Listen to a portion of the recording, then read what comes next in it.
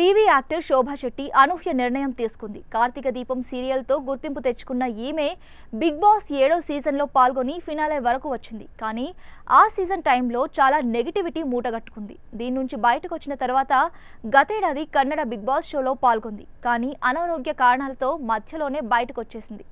అప్పటి నుంచి సైలెంట్గానే ఉన్న ఈ అమ్ముడు ఇప్పుడు షాకింగ్ నిర్ణయం తీసుకుంది. కొన్ని రోజుల పాటు సోషల్ మీడియాకు దూరంగా ఉండాలని అనుకుంటున్నట్లు శోభా శెట్టి తన ఇన్స్టాలో పోస్ట్ పెట్టింది. దీంతో శోభాకు ఏమైందా అని ఆమె అభిమానులు మాట్లాడుకుంటున్నారు.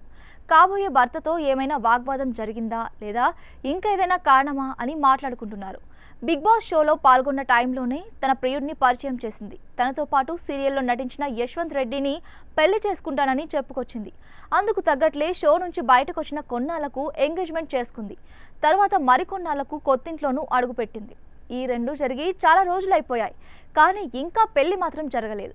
అయితే త్వరలో పెళ్లి చేసుకోబోతున్నారని, అందుకే కొన్నాళ్ల పాటు సోషల్ మీడియాకు శోభ బ్రేక్ ప్రకటించిందని అనుకుంటున్నారు. మరి శోభా శెట్టి చెబితే తప్పితే ఈ విషయంపై క్లారిటీ రాదేమో.